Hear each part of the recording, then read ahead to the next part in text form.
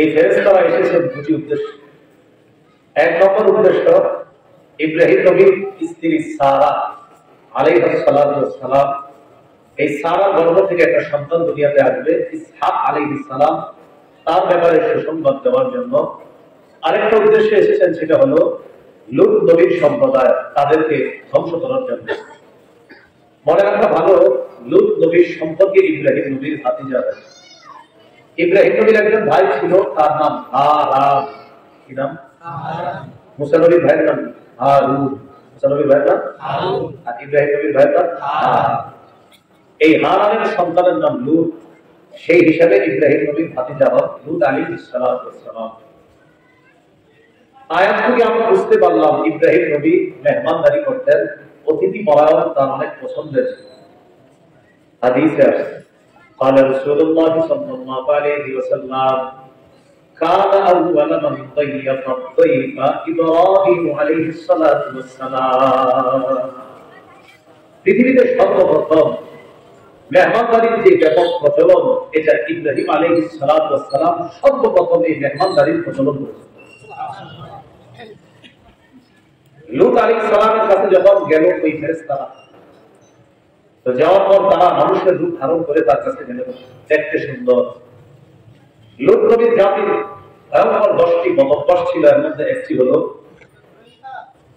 পুরুষের সাথে সমকামিতা করার ইচ্ছা তাদের ছিল। নাউযুবিল্লাহ। সুন্দর পুরুষদের কথা তাদের কানে যাওয়ার পর লূত নবীর বাড়ির আশেপাশে এসে তারা ভিড় জমাইল। ওই সুন্দর মানুষগুলা আমাদের সামনে পাঠায় দাও, তাদেরকে দরকার।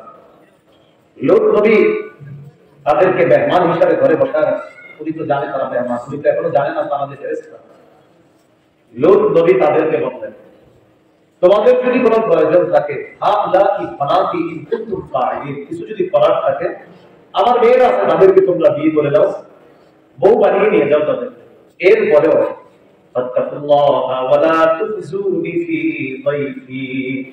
আমাকে ভয় করো, আমার মেহমানদের ব্যাপারে আমাকে অপমান করো না, আমাকে লাঞ্ছিত করো না। আয়াত থেকে জানলাম লূত আলাইহিস সালাতু ওয়াস সালাম তিনিও মেহমানদেরকে যথেষ্ট সম্মান করতেন। তো মেহমানদারি করা এটা অতীতের নবীদের সুন্নাহ, কোরআনের আয়াত থেকে আমরা প্রমাণ পেলাম। মেহমানদারি আমাদের নবী মুহাম্মদ সাল্লাল্লাহু আলাইহি ওয়াসাল্লামের সুন্নাত।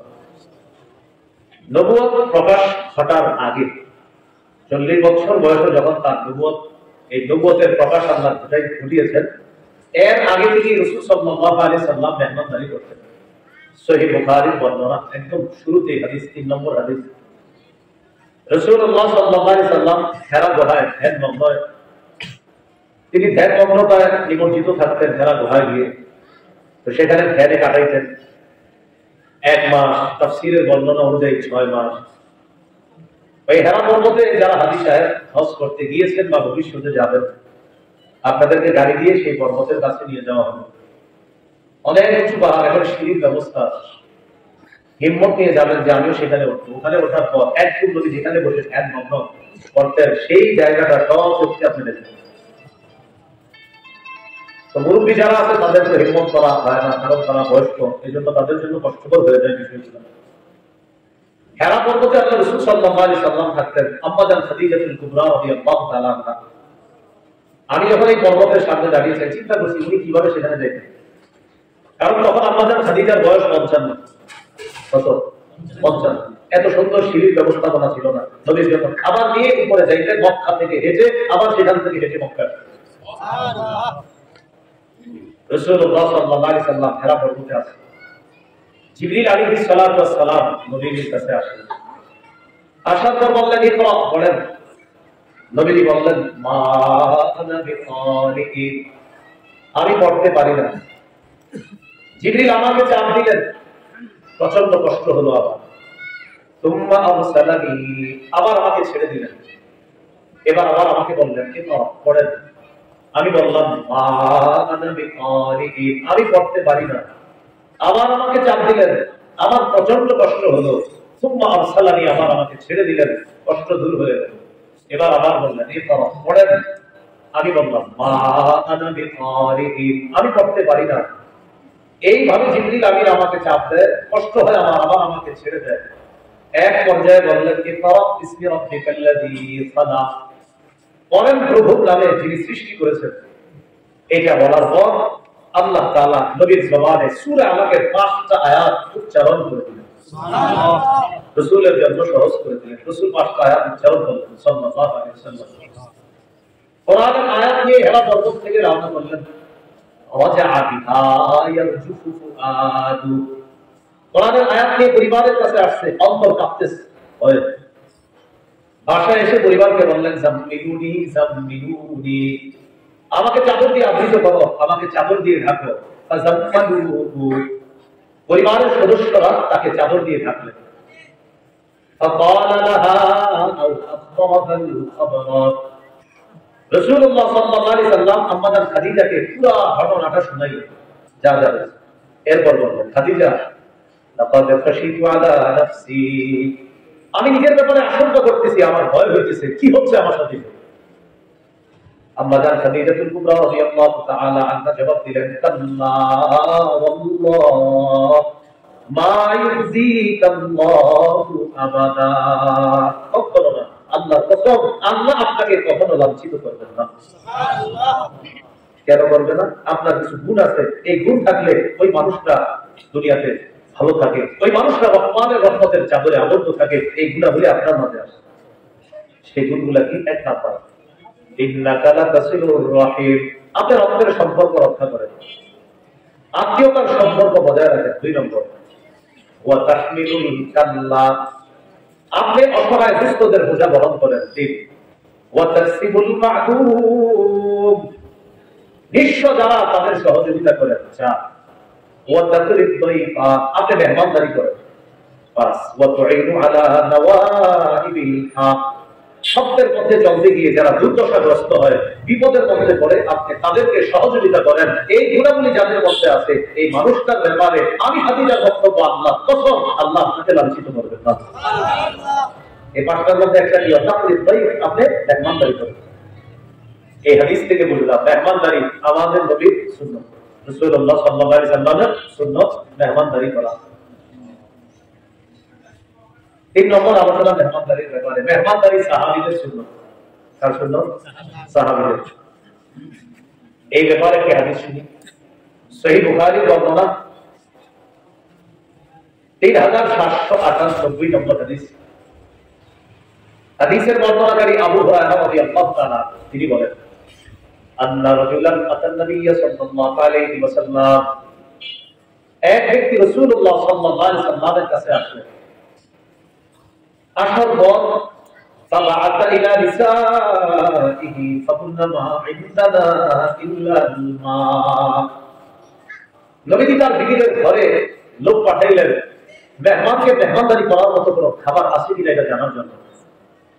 তো নবী বিবিদের ঘর তালাশ করে ঘরের খবর নিয়ে সাহাবী আয়েশা নবীকে জানাইলেন, ফাকুলনা মা ইনদানা ইল্লাল মা, হুজুর সমস্ত আম্মা জানরা জবাব দিয়েছে তাদের ঘরে পানি ছাড়া আর কোনো খাবার নেই।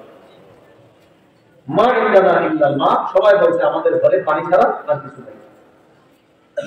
তো দেখেন নবীর স্ত্রীরা কত সহজে জবাব দিয়ে দিচ্ছে পানি ছাড়া কিছু নেই। মানে এটা একটা স্বাভাবিক বিষয়, কারণ তাদের ঘরে পানি থাকতো, হয়তো সর্বোচ্চ খেজুর থাকতো 1টা 2টা, এটাই ছিল তাদের খাদ্য। তো এটা বলাটা তাদের জন্য তেমন কোনো আশ্চর্যের বিষয় ছিল না, সহজে বলে দিচ্ছে ঘরে পানি ছাড়া কিছু নেই।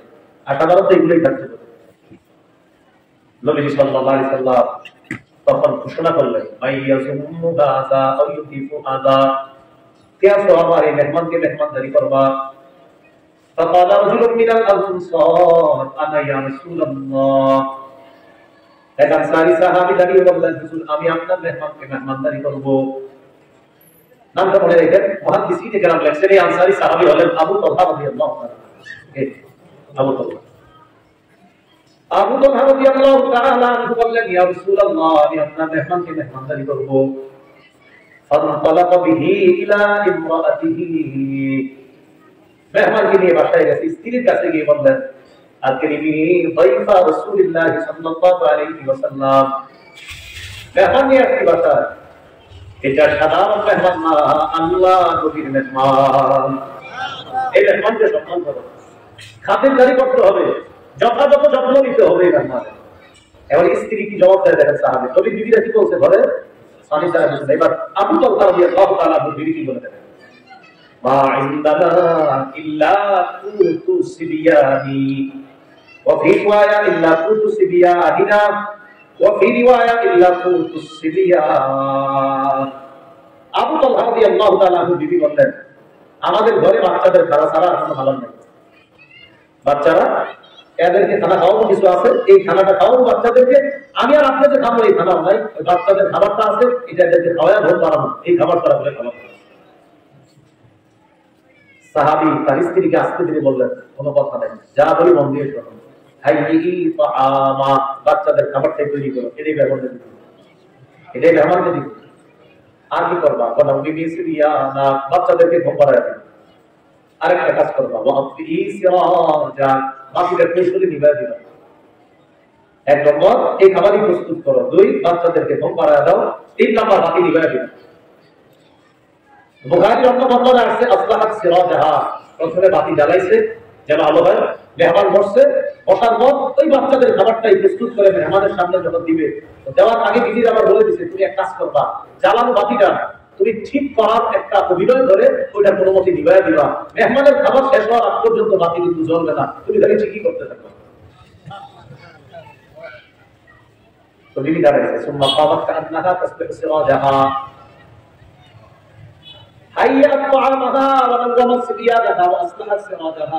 আবার তৈরি করছে, বাচ্চাদেরকে ঘুম পাড়ায় দিচ্ছে, বাতিটাও ঠিক করছে, একটু পর বাতিটা নিভায় দেয়।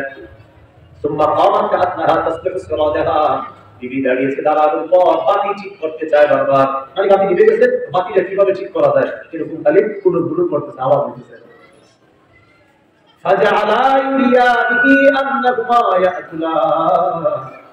স্বামী স্ত্রী জন্য অভিনয় করে বুঝায়, মেহমান আপনিও খাবার খান, আমরাও খাবার খাইতেছি। মেহমানকে বুঝাইতেছে, তারা দুইজন দেখাইতেছে, বুঝাইতেছে, অভিনয় করতেছে যে আমরাও খাইতেছি, আসলে অন্ধকারের মধ্যে এরা দুইজন মুখ দাঁড়াইতেছে আর মেহমান আসলে খাইতেছে। তো খাবার দাবার শেষ, বাতি ঠিক হয়ে গেছে, এরা পর্যন্ত বাতি ঠিক হয় না। ফালাম্মা আসবাহা গাদা ইলা রাসূলিল্লাহি সাল্লাল্লাহু আলাইহি ওয়াসাল্লাম, সকাল হইছে, সাহাবী আল্লাহর নবীর কাছে কাছে যাওয়ার পর নবী সাহাবীর দিকে তাকিয়ে বলে, লাকাদ আজিবাল্লাহু মিন সানিইকুমা বিদাইফিকুমা আল-লাইলা ওয়া ফি রিওয়ায়া দাহিকাল্লাহু আল-লাইলা। নবী তার সাহাবীকে ডাকতে বলেন, তুমি আর তোমার বিবি মেহমানের সাথে গত রাত যা করেছো, তোমাদের এই কর্মকাণ্ড থেকে আল্লাহ হেসে দিয়েছে, আর তোমাদের কর্মকাণ্ডের প্রতি আল্লাহ খুশি হয়ে গেছে। আল্লাহ হাসছে তোমাদের কাজ দেখে, আল্লাহ খুশি হয়েছে। শুধু তাই না, আল্লাহ পবিত্র কোরআনে সূরা হাশরের 9 নম্বর আয়াত নাযিল করে দিয়েছেন, ওয়ায়ুসিরুনা আলা আনফুসিহিম ওয়ালাউ কানা বিহিম খাসাসা। সাহাবায়ে কেরামের গ্রুপ হলো নিজেদের প্রয়োজন থাকা সত্ত্বেও তারা অন্যদেরকে নিজেদের উপর প্রাধান্য দেয়, এটা হলো নবীর সাহাবীদের গ্রুপ। এই হলো সাহাবীদের মেহমানদারি। সাহাবীদের মেহমানদারির ব্যাপারে আরেকটা বর্ণনা শুনুন। মুহাম্মদ ইবনে সিরিন রাহমাতুল্লাহি আলাইহি, ইমামুল মুআব্বিরিন, শব্দের ব্যাখ্যা যারা করে এই ব্যাখ্যাকারকদের ইমাম বলা হয়, ইমামুল মুআব্বিরিন মুহাম্মদ ইবনে সিরিন রাহমাতুল্লাহি আলাইহি। তিনি বর্ণনা করেন, কানা আহলুস সুফফাতি ইযা আমসাউ, আহলুস সুফফা মসজিদে নববীর মাদ্রাসাতুস সুফফার যে ছাত্র আছে, এই ছাত্রদেরকে আহলুস সুফফা বা আসহাবুস সুফফা বলা হয়। নবীর প্রতিষ্ঠিত মাদ্রাসা একটা মক্কায়, সেটা হলো দারুল আরকাম, আর মদিনায় সর্বপ্রথম প্রতিষ্ঠিত মাদ্রাসা এটা হলো মাদ্রাসাতুস সুফফা। এই মাদ্রাসার ছাত্রদেরকে বলা হয় আসহাবুস সুফফা বা আহলুস সুফফা। বর্তমানে যারা হজে যাবেন, উমরায় যাবেন, যদি মদিনায় যান, সেখানে গিয়ে দেখবেন পিতলের কালারের শিকল দিয়ে একটা জায়গা ঘেরাও করা আছে ছোট্ট করে, ওই জায়গায় নবীজি সাহাবীদের ক্লাস করাইতেন, সাহাবীরা সেখানে ক্লাস করতেন। ওই ক্লাসের শ্রেষ্ঠ ছাত্রদের একজন আমিরুল মুমিনিন ফিল হাদিস আবু হুরায়রা রাদিয়াল্লাহু তাআলা, মাত্র 3 বছর নবীর ছাত্র হওয়ার সৌভাগ্য অর্জন করেছেন। কয় বছর? আবু হুরায়রা নিজে বলেন, আলা মিল ইবনি, আমি পেটে ভাতে নবীর দরবারে করে থাকতাম, পেটে ভাতে। পেটে ভাতে মানে খাবার পাইলে খাইতাম না, পাইলে খাইতাম না, ক্লাস মিস করতাম না। মাত্র 3 বছর ছাত্র ছিলেন। তো হাদিসের যে কোনো কিতাব খুলবেন আবু হুরায়রা নামটা পাবেন। ওই ছাত্র যারা মাদ্রাসাতুস সুফফার ছাত্র, ইদা আমসাউ, যখন সন্ধ্যা হইতো ইনতালাকার রাজুল বিল রাজুল ওয়া রাজুল বিল রাজুলাইন ওয়া রাজুল বিল খামসা, একজন সাহাবী দুইজন ছাত্র বাসায় নিয়ে যেতেন, কোন সাহাবী একজনকে বাসায় নিয়ে যাইতেন, কোন সাহাবী পাঁচজনকে বাসায় নিয়ে যাইতেন। ও আম্মা সাদ ইবনে উবাদা ফাকানা ইয়ানতালিকু বিসামাদিনা কুল্লা লাইলা, নবীর সাহাবী সাদ ইবনে উবাদা তার এমন গুণ ছিল, প্রতি রাতে 80 জন মানুষের মেহমানদারি করতেন। সপ্তাহে না প্রতি রাত, কেউ একজন, কেউ দুইজন, কেউ পাঁচজন, তিনি 80 জনের মেহমানদারি করতেন। ছাত্রদেরকে নিয়ে যেতেন, যেমন আপনারাও বর্তমানে ছাত্রদেরকে যাই নিয়ে খাওয়ান, লদিন খাওয়ান, এটা অনেক ভালো কাজ। ছাত্রদেরকে নিজে খাওয়ান, এটা অনেক ভালো কাজ। রাসূলের সাহাবী ছাত্র যারা ছিলেন তাদেরকেও আপনারা খাবারের আয়োজন করতেন, তাদেরকে মেহমানদারি করতেন। তাহলে মেহমানদারির একটা সিজন চলতেছে এখন, এই মেহমানদারির সুন্নাহ মোতাবেক করা। আমরা নিজেরাও সুন্নাহ মোতাবেক মেহমান হওয়ার চেষ্টা করি, আল্লাহ তৌফিক দান করেন। আব্দুল্লাহ ইবনে ওমর রাদিয়াল্লাহু তাআলা আনহুর বর্ণনা তিনি বলেন, আহাব্বুত তুআমি ইলাল্লাহ মা কাসুরাত আলাইহি আইদি, ওই খাবার আল্লাহর কাছে সবচেয়ে পছন্দের খাবার, যেই খাবারে হাত বেশি পড়ে, যেই খাবারে হাত বেশি পড়ে মানে যেই খাবারে মেহমান বেশি হয়, ওই খাবার আল্লাহর কাছে সবচেয়ে পছন্দের খাবার। সুবহানাল্লাহ। এইগুলো 3 নম্বর আলোচনা মেহমানদারি সম্পর্কে। চতুর্থ আলোচনা মেহমানদারির গুরুত্ব, এই ব্যাপারে কয়েকটি হাদিস শুনেন। সহিহ বুখারীর বর্ণনা 6475 নম্বর হাদিস, قال رسول الله صلى الله عليه وسلم من كان يؤمن بالله واليوم الآخر فلا يؤذي جاره, নবীজি বলেন যে আল্লাহকে বিশ্বাস করে, আখিরাতে বিশ্বাস করে, সেজন্য প্রতিবেশীকে কষ্ট না দেয়। ومن كان يؤمن بالله واليوم الآخر فليقل خيرا أو ليصمت, যে ব্যক্তি আল্লাহ বিশ্বাস করে, আখিরাত বিশ্বাস করে, সেই ব্যক্তি কথা বললে যেন ভালো কথা বলে, অন্যথায় যেন চুপ থাকে। ومن كان يؤمن بالله واليوم الآخر فليكرم ضيفه, যে ব্যক্তি আল্লাহ বিশ্বাস করে, আখিরাত বিশ্বাস করে, সে যেন মেহমানের সম্মান করে, সে যেন মেহমানদের সম্মান করে। তো নবী বললেন যে আল্লাহকে বিশ্বাস করে, আখিরাত বিশ্বাস করে, ফালইউকরিম যায়ফা, সে যেন মেহমানকে সম্মান করে। আল্লাহ আমাদের সকলকে মেহমান সম্মান করার এই সিফাত যেন আমরা অর্জন করতে পারি, আল্লাহ তৌফিক দান করেন। সহিহ বুখারীর বর্ণনা 1975 নম্বর হাদিস, বাংলাদেশ হাদিস 1971, আর এই হাদিসটা 1975। এইভাবে বলি যাতে মনে রাখতে পারেন, দুই একটা জায়গা তাতে মনে থাকে। 1975 হাদিস নাম্বার বলার একটা কারণ আছে। এই নাম্বার বলার কারণ হলো আমাদের দেশের হাজার হাজার মানুষ যেন হাদিসের প্রতি উদ্বুদ্ধ হয়, এই জন্য নাম্বার বলা। গত বছরের আগের বছর একটা ছেলের সাথে হোমনা দেখা, হাটাদারি মেশকাত বলে, তখন সে তখনই প্রায় 5000-এর কাছাকাছি হাদিস মুখস্থ করে ফেলেছে। তার টার্গেট 20,000 হাদিস মুখস্থ করে। আমি বললাম কেন বলেন, আপনার থেকে উদ্বুদ্ধ হয়েছে, সব পাবে বলবো, এই জন্য আমি নাম্বার বলি কেন জানেন? এই একটা কারণ, যাতে অন্য ছাত্ররা উদ্বুদ্ধ হয়। 2 নম্বর আরেকটা কারণ, হাদিসের নাম্বার বলতে পারাটাকে আমাদের দেশের কিছু মানুষ মনে করে হেসে বড় আলেম দুনিয়াতে নেই, কেউ অনেকে মনে করে।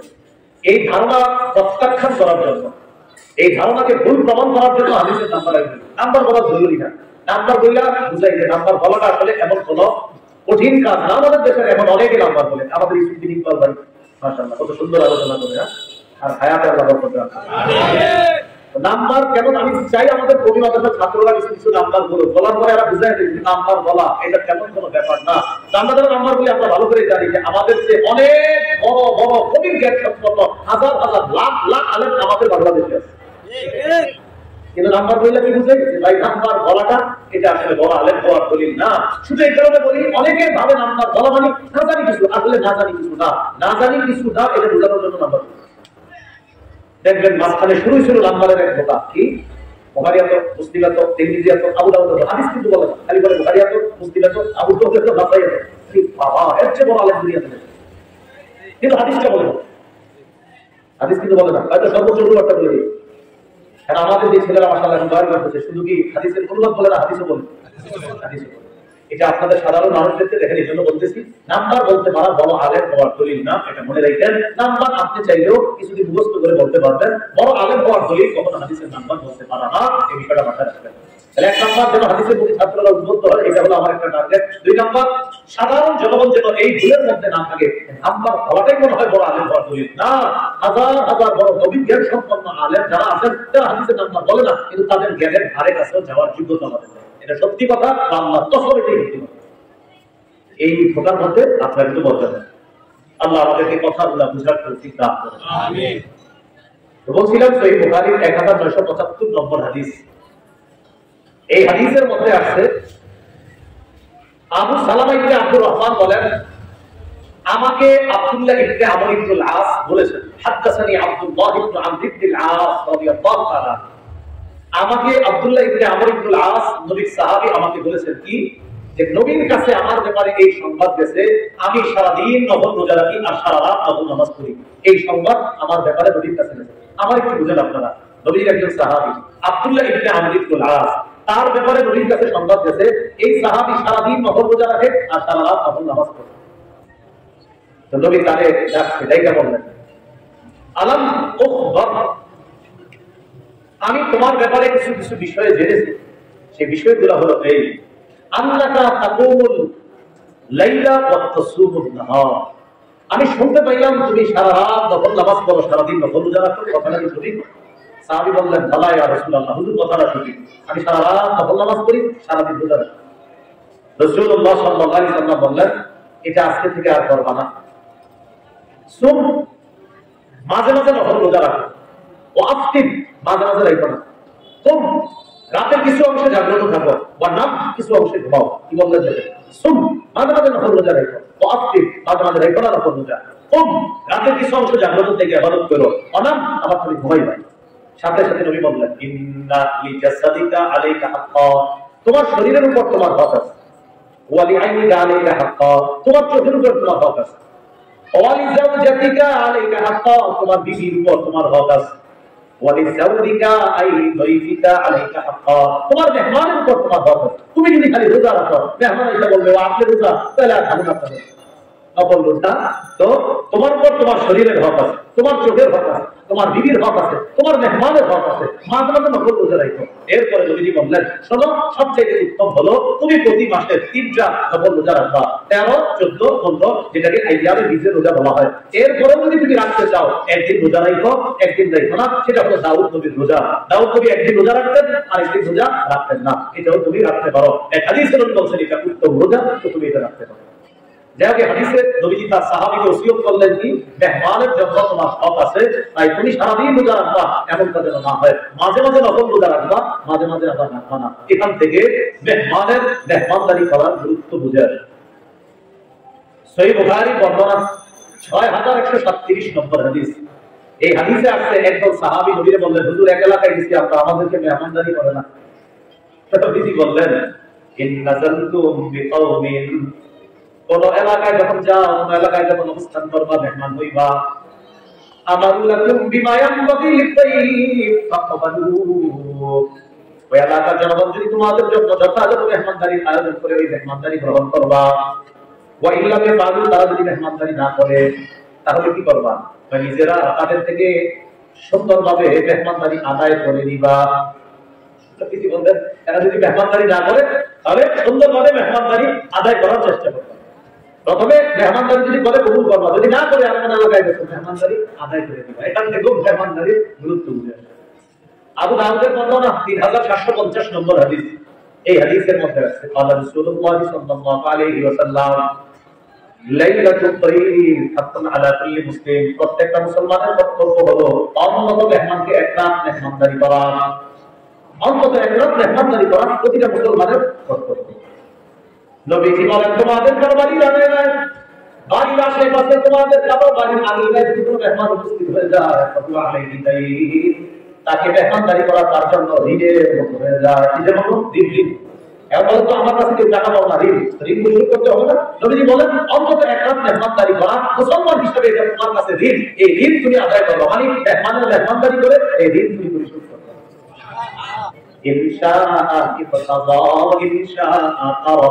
চাইলে তুমি এটা আদায় করতে পারো, চাইলে ছাড়তে পারো, মানে নবীজি এখানে বুঝাইছে না যেমন চাই তা করবা না, এই ঋণ তুমি যে পরিশোধ করা জরুরি। এই জন্য এটা মেহমানদারি তোমার কাছে অন্তত এক রাত মেহমানদারি করা প্রতিটা মুসলমানের কর্তব্য।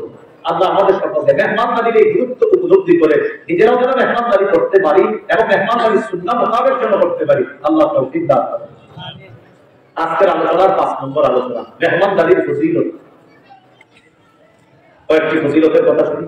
1 নম্বর ফজিলত, তিরমিজির বর্ণনা 1855 নম্বর হাদিস, 1855 নম্বর হাদিস। এই হাদিসের মধ্যে আছে قال رسول الله صلى الله عليه وسلم اعبدوا الرحمن واطعموا الطعام وافشوا السلام تدخلوا الجنة بسلام।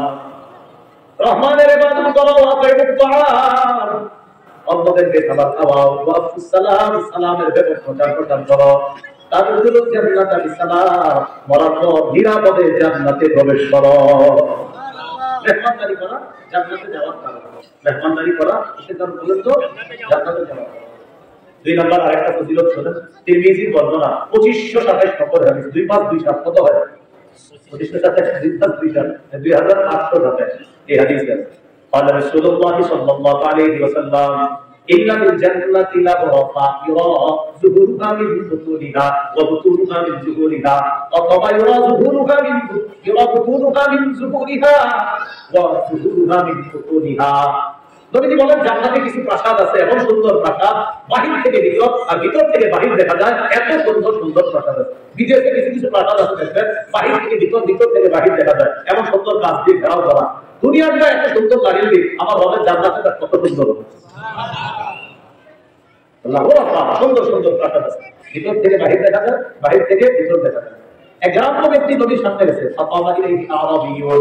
এক গ্রাম্য ব্যক্তি নদীর সামনে গিয়ে বলে, ইমান কি ইয়া রাসূলুল্লাহ, হুজুর এত সুন্দর সুন্দর প্রাসাদ কার জন্য? নবীজি বললেন, হিয়া লিমান আতাবাল কালাম ওয়া আত'আমা আত-তাআম, এটা ওই ব্যক্তির জন্য যে আতাবাল কালাম, সুন্দরভাবে কথা বলে, সুবহানাল্লাহ, উত্তম কথা বলে, ওয়া আত'আমা আত-তাআম, খাবার খাওয়ায়, কি করে বলেন তো? সালাত, ও আদামাস সিয়াম, প্রায় সময় নফল রোজা রাখে, প্রায় সময় কি রাখে বলেন তো? নফল রোজা রাখে। ওয়াসাল্লা বিল-লাইলি ওয়ান-নাস নিয়াম, রাতের বেলায় তাহাজ্জুদের নামাজ পড়ে, ওই জান্নাতের সুন্দর রাস্তাটা তাদের জন্য আল্লাহ প্রস্তুত করে দেন। এর মধ্যে একটা হলো আপনার ইমান আতাওয়াল কালাম, কত সুন্দর করে বলে, বাবা আমার তাআম, খাবার খাওয়ায়, আদামাস সিয়াম, প্রায় সময় নফল রোজা রাখে, আরেকটা হলো ওয়াসাল্লা বিল-লাইলি ওয়ান-নাস নিয়াম, মানুষ যখন রাতের বেলা ঘুমায়, এরা তাহাজ্জুদের নামাজ পড়ে, নবী বলেন এই সুন্দর রাস্তাটা তাদের জন্য প্রস্তুত করা। তাহলে রাজপ্রাসাদে যাওয়ার কারণ মেহমানদারি করা, খাবার খাওয়া, এজন্য ফজিলত জায়গা মেহমানদারি করা। 3 নম্বর আরেকটা ফজিলত করে, একটা হাদিসের কিতাব আছে তাবারানি আল-মু'জামুল আওসাত, তাবরানির মু'জামুল আওসাত, হাদিস নাম্বার 4729 নম্বর হাদিস। এই হাদিসের মধ্যে আছে, قال رسول الله صلى الله عليه وسلم لا تزال الملائكة تصلي على أحدكم ما دامت مائدته موضوعا بين يديه حتى يرفعا। আল্লাহ তিনি বলেন, মেহমানের সামনে যতক্ষণ দস্তরখান থাকবে, মেজবান ওই দস্তরখান উঠানো রাত পর্যন্ত, ফেরেশতা ওই মেজবানের জন্য আল্লাহর কাছে বলে, আল্লাহ এই মেজবানকে আপনি মাফ করে দেন। দস্তরখান উঠানো রাত পর্যন্ত দোয়া করতে হবে। আপনারা বুঝি করে দস্তরখান উঠে নাকি এরকম না, মানে মেহমানদারি চলতে হবে। এরকম না বিষয়টা যে দস্তরখান ধরে খালি বিছানা হুজুর আর খালি দোয়া হবে না। দস্তরখান বিছানার অর্থ হলো মেহমানদারি চলতে থাকবে, এটার উদ্দেশ্য হলো এটা যে দস্তরখান না উঠানো মানে খালি মেহমানদারি চলতেছে, মেহমানদারি চলতেছে, আর ফেরেশতারাও বলে আল্লাহ মাফ করেন, আল্লাহ মাফ করেন, আল্লাহ মাফ। এইগুলো পঞ্চম আলোচনা, মেহমানদারির ফজিলত। 6 নম্বর আলোচনা, মেহমানের করণীয় কি? আমরা যে মেহমান হবো, আপনি মেহমান হবেন কারো বাড়িতে, আপনার কি করণীয়? 1 নম্বর করণীয় হলো খাবারের সময় গিয়ে হঠাৎ তার বাড়িতে উপস্থিত না হওয়া। খাবারের সময় হঠাৎ উপস্থিত না হওয়া, আপনি বলুন মেহমান তো হয়েছি খাওয়ানোর জন্য, আবার খাবার সময় না গেলে আপনি আগে থেকে তাকে যদি ইত্তেলা না, তাকে যদি আপনি না জানায় তার বাড়িতে হঠাৎ যান, শুধু আপনার জন্য খাবার পাক করে রান্না করে, বর্তমানে তো আপনার সব সহজ হয়ে গেছে। 4-5 ঘন্টা আগে অন্তত অবহিত করা আছে আগে আসতেছি, অথবা তার বাসায় খাবারের টাইমে 3-4 ঘন্টা আগে যাওয়া যাবে, আপনাকে দেখলে তারা খাবার প্রস্তুত করতে পারে। এটা মেহমানের 1 নম্বর করণীয়।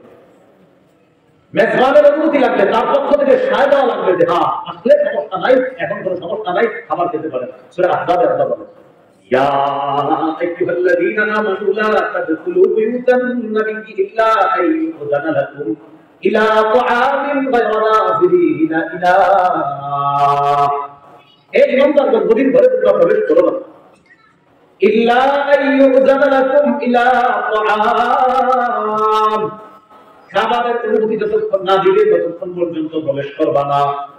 যদি অনুমতি দিয়ে দেয় তখন আর খাবার প্রস্তুতির অপেক্ষা করা লাগবে না, অনুমতি রাখ পর্যন্ত প্রবেশ করবে না। মানে হলো সম্মতি থাকতে হবে মেজবানের, খাবার তৈরি, খাবার প্রস্তুত আছে, আসতে পারেন, সমস্যা নাই। তাহলে যে কোনো সময় তার বাসায় গিয়ে উপস্থিত হওয়া যাবে না, তার মানসিকতাটা আমার বোঝার চেষ্টা করতে হবে। এর এক নম্বর করণীয় মেহমানের। মেহমানের 2 নম্বর করণীয়, আপনি কারো বাড়িতে মেহমান হওয়ার পর এমন কোনো কাজ না করা যেটা বেটার উপর প্রেশার হয়, মেজবানের উপর প্রেশার হয়। قال رسول الله صلى الله عليه وسلم لا يحل لمسلم ان يقيم عند اخيه حتى يسمع اي حجا। কোন মুসলমানের জন্য বৈধ নয় সে তার ভাইয়ের কাছে এমন ভাবে অবস্থান করবে করতে করতে যেন তার কষ্ট হয়, এমন ভাবে অবস্থান না করা। কোন ভাইয়ের কাছে এমন ভাবে অবস্থান করে যে এক পর্যায়ে মেজবানকে কষ্ট দেয়।